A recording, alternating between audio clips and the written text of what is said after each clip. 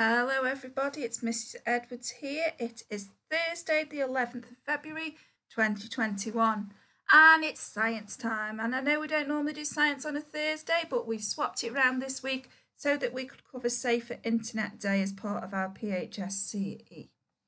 Okay, so let's start with a little anchor skill first. Let's recap. We did an experiment last week. We had a little go at this in class, and I asked you to go off at home as well and have a little experiment with a torch. And I asked you to have a look at what exactly you could find and learn about with torches. So have a little think, with shadows, not torches, sorry. So have a little think now. What did you learn last week about shadows when you were investigating them? It might be that you learned about what happens to the size of them when they change. It may be that you learn about what alters the shape and size. It may be you've learned about what material is used when you are making them. Okay, so there's lots of lovely different things you could have. Okay then, so here are our keywords, the words we've been using as part of this topic all the way through, aren't they? Okay, and this one here, ultraviolet, is one that we are going to be interested in today. Okay, equally this one here, radiation. So today we are learning all about sun and the light that the sun gives out. Okay, so the sun emits or gives out rays of light. We can't see all the types of light that come from the sun, but the visible spectrum is the name of the light we can see, and this is made up from different colours of the rainbow. Another type of light that the sun emits is called UV light. UV light is invisible to humans, but we can see and feel its effects. Some UV rays are blocked by the ozone layer, but most of the UV light from the sun reaches us on Earth. The amount of UV light that reaches us depends on different things. It is stronger at midday and in summer. So we know that, don't we? We know that the sun is going to be brighter and hotter in summer, don't we? If there are no clouds, it is more likely that there will be UV light. The light will also get stronger the nearer to the equator we are. So the equator is that invisible line around the middle of the world, remember?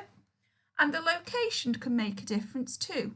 Water, sand and snow all reflect these UV light rays, making it stronger.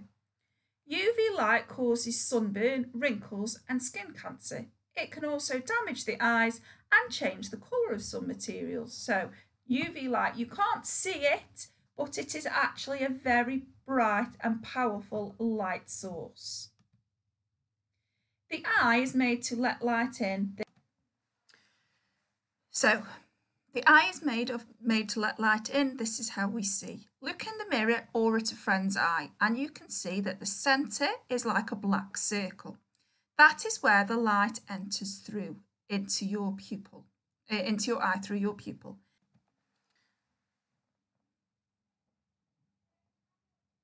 Okay, so light enters through the pupil, that little black circle in the middle of your eye.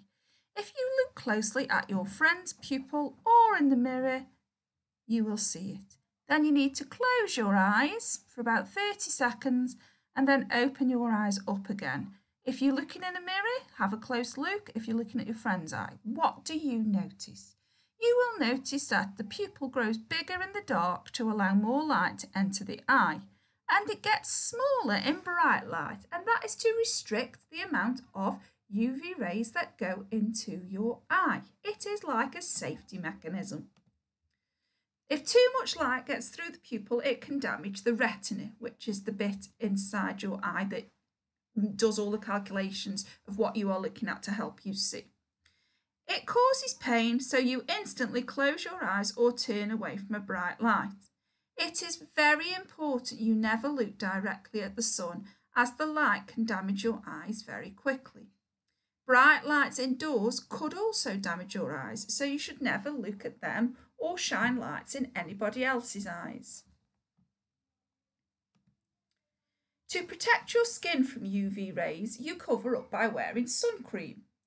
But what can you do to protect your eyes? There are several things you should do to protect your eyes in the sun or from other bright lights. You should always wear sunglasses when you are out in the sun. Sunglasses have a UV rating, that's ultraviolet, remember, like the UV rays from earlier, to show how well they block UV rays. Make sure you get sunglasses with a high UV rating. So some sunglasses don't have a UV rating.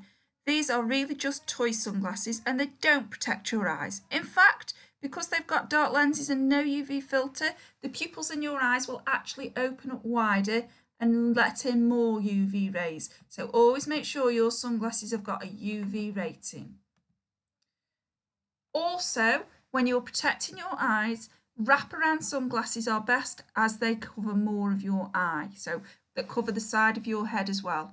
You can also wear a hat with a wide brim to shade your eyes. That would also be useful. Making sure that you have regular eye tests to check your eyes is important. And even when you're wearing sunglasses and a hat, you should never still directly look at the sun because it can still damage your eyes.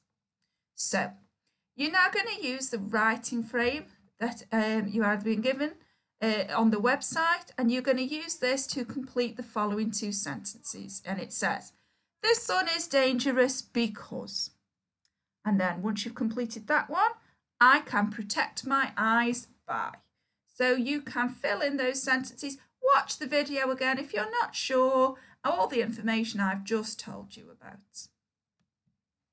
And then once you've completed that, you've got a little cut and sort exercise, and you now need to correctly sort the statements into which things are good about the sun and which things are bad. Okay, so you've got your sentences to complete and then you've got your sorting activity to complete. Okay then, my lovelies, that is it for science today. I hope you enjoy it. I will speak to you all later. Bye bye.